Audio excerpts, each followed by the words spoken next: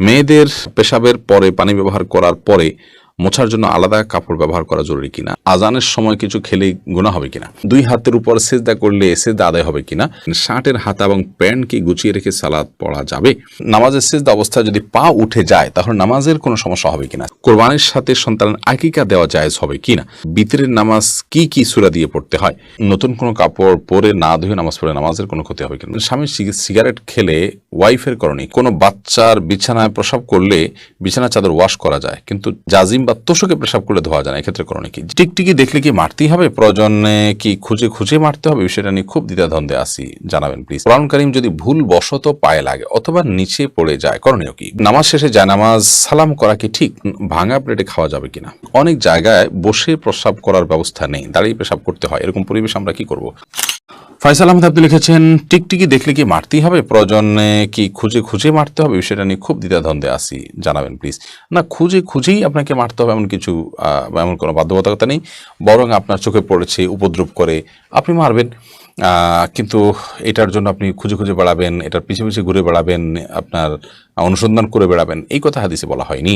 নাহিদা ইসলাম আপনি লিখেছেন নামাজ শেষে জায়নামাজ সালাম করা কি ঠিক, না জায়নামাজ সালাম করার কিছু নেই, সালাম করতে হবে মানুষকে, ডানে বামে সালাম দিচ্ছেন এরপর কোনো সালাম নাই, এরপরে কোনো কারোর সাথে আপনার হঠাৎ সাক্ষাৎ হয়েছে সেই জায়গা থেকে আপনি সালাম দিতে পারেন, কিন্তু জায়নামাজকে সালাম দেওয়া এটি কোরআন সুন্নাহর কোনো নির্দেশনা নয়, এটি যদি সালাতের অংশ মনে করে কেউ, সালাত পরবর্তী করণীয় মনে করেন কেউ শরিয়া দৃষ্টিকোণ থেকে, ইসলামের দৃষ্টিকোণ থেকে, তাহলে সেটি বরং বিদআতে পর্যবেসিত হবে। ইসলামের নামে মন গড়া কোনো কিছু করলে সওয়াব হয় না, বরং আরও বিপরীতে গুনাহ হয়। শেখ রোকনুজ্জামান লিখেছেন অনেক জায়গায় বসে প্রসাব করার ব্যবস্থা নেই, দাঁড়িয়ে পেশাব করতে হয়, এরকম পরিবেশ আমরা কি করব।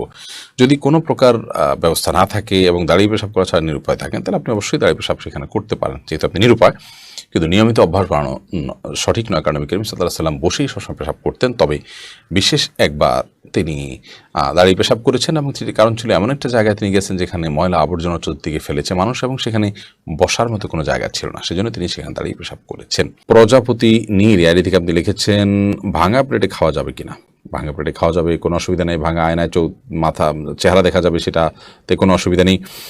আমরা অনেকে মনে করি ভাঙা প্লেটে খাওয়া যাবে না, ভাঙা আয়নায় চেহারা দেখা যাবে না, এটা নিছকই আমাদের সামাজিক কুসংস্কার। ভাঙা প্লেটে ভাঙা অংশে জীবাণু থাকতে পারে, সেজন্য আপনি ওইটাতে খেলে অস্বাস্থ্যকর হতে পারে, সেটা তো আপনার একান্ত স্বাস্থ্যগত বিষয়, বাট সেটাও তো নিশ্চিত নয়, বিধায় ভাঙা প্লেটে খেলে যে গুনাহ হয়ে যাবে বা নাজায়েজ হবে এটা সেরকম নয়, এবং ভাঙা আয়নায় চেহারা দেখলে কোনো অসুবিধা হবে না। এমনি মুস্তাফিজুর রহমান আপনি লিখেছেন কোরআন কারীম যদি ভুল বশত পায়ে লাগে অথবা নিচে পড়ে যায় করণীয় কি, ভুল বশত পায়ে লাগলে অথবা নিচে পড়ে গেলে আল্লাহর কাছে মাপ চাইতে হবে, যদি এটা অনিচ্ছাকৃত তারপরে মাপ চাই নিতে হবে, এবং সেই সাথে ভবিষ্যতের জন্য এরকমটি না হয় সেজন্য সাবধানতা অবলম্বন করতে হবে। এর কারণে আপনার বিশেষ কোনো কাফারা নাই। আমরা ছোটবেলা থেকে যে সমস্ত কথা শুনে আসছি যে এর কারণে এত কেজি লবণ দিতে হবে, চাল দিতে হবে গরিবকে ইত্যাদি, এগুলো আমাদের নিজেদের মন গড়া নানান কথাবার্তা। মূলত যদি পড়ে যায় ইচ্ছাকৃত নয় বরং ভুলে পড়ে গেছে, তাহলে সেক্ষেত্রে সেটার কারণে আপনার বিশেষ কোনো করণীয় নাই, সামনে থেকে সাবধানতা অবলম্বন করতে হবে, এবং যেটি হয়ে গেছে আল্লাহ কোরআনের প্রতি অনিচ্ছাকৃত তার জন্য আল্লাহর কাছে মাপ চাইতে হবে।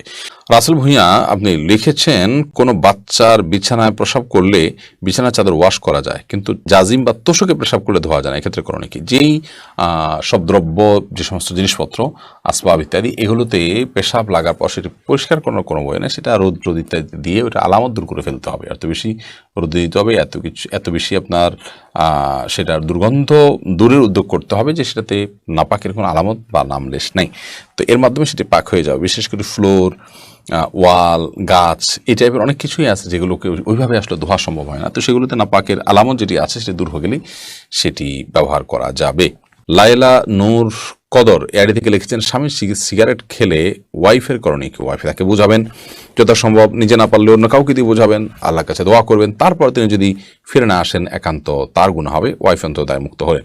জুলেখা খাতুন আপনি লিখেছেন নতুন কোনো কাপড় পরে না ধুয়ে নামাজ পড়ে নামাজের কোনো ক্ষতি হবে কিনা, নতুন কোনো কাপড় পরলে সেটা ধুয়েই পড়তে হবে এমন কোনো বাধ্যবাধকতা নেই, কারণ নতুন কাপড় মানেই যে সেটা নাপাক, সেটাতে অপবিত্রতা আছে এমনটি তো নিশ্চিত নন আপনি, তাহলে এটি ধোয়াটা বাধ্যতামূলক কেন হতে যাবে।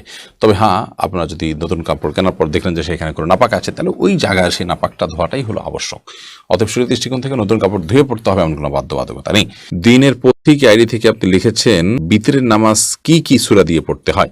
ভিতরের সালাতের প্রথম রাকাতে সূরা সাব্বিহিসমা রাব্বিকাল আলা, দ্বিতীয় রাকাতে সূরা কাফিরুন এবং তৃতীয় রাকাতে সূরা ইখলাস কুল হুয়াল্লাহ পাঠ করা, এটি সুন্নাহ। নবী করিম সাল্লাল্লাহু আলাইহি ওয়াসাল্লাম বিদেশ সালাতে সচরাচর এই সূরাগুলো তেলাওয়াত করতেন, বিধায় আপনি এই সূরাগুলো তেলাওয়াত করতে পারেন। নবীজুল ইসলাম খান আপনি লিখেছেন, কোরবানির সাথে সন্তানের আকিকা দেওয়া জায়েজ হবে কিনা। কোরবানির সাথে আকিকা না দিয়ে আকিকা আলাদা দিবেন, কোরবানি আলাদা দিবেন, এটাই নিরাপদ। এবং নবী করিম সাল্লাল্লাহু আলাইহি ওয়াসাল্লাম আপনার আকিকার জন্য যে মাসনুন ওয়াক্ত নির্ধারণ করেছেন সেটি সপ্তম দিন। কোরবানির জন্য সেটার জন্য অপেক্ষা কেন করবেন? যদি কারো সপ্তম দিনটা কোরবানির দিন হয় এবং সেই দিনে গরুতে তিনি কোরবানির আকিকা একসাথে দেন, হানাফি মাযহাব অনুযায়ী হয়ে যাবে। বাট অন্যান্য ওলামা ইকরাম অনেকে নিষেধ করেছেন। নিরাপদ মত হলো এগুলোকে আলাদা আলাদা করে দেওয়া।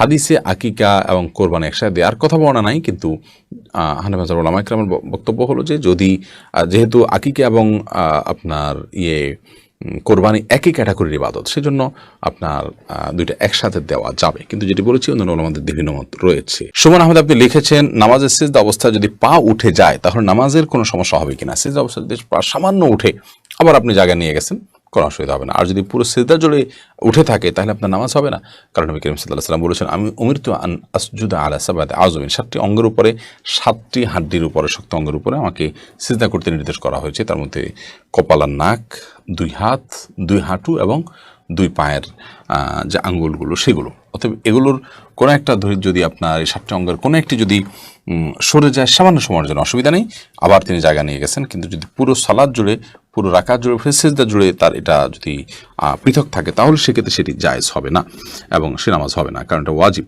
এই 7টা অঙ্গের উপরে সিজদা করা। আবু সাইদ আব্দুল্লাহ আপনি লিখেছেন, শার্টের হাতা এবং প্যান্ট কি গুছিয়ে রেখে সালাত পড়া যাবে? শার্টের হাতা এবং প্যান্ট গুছিয়ে সালাত আদায় করা মাকরুহ, নবী করিম সাল্লাল্লাহু আলাইহি ওয়াসাল্লাম নিষেধ করেছেন এটি, এই জন্য এটা ছেড়ে সালাত আদায় করতে হবে। তবে হ্যাঁ, প্যান্টের বিষয়টা হলো সেটা যদি কেউ টাকনুন নিচে পড়ে যায় সেটা থেকে বাঁচার জন্য গোছান, তাই সেটা জায়েজ আছে, কিন্তু সেটা সলাতে শুধু না বরং সবসময় এরকম রাখতে হবে। এইচ.এম. হাসান লিখেছেন, 2 হাতের উপর সিজদা করলে সিজদা আদায় হবে কিনা।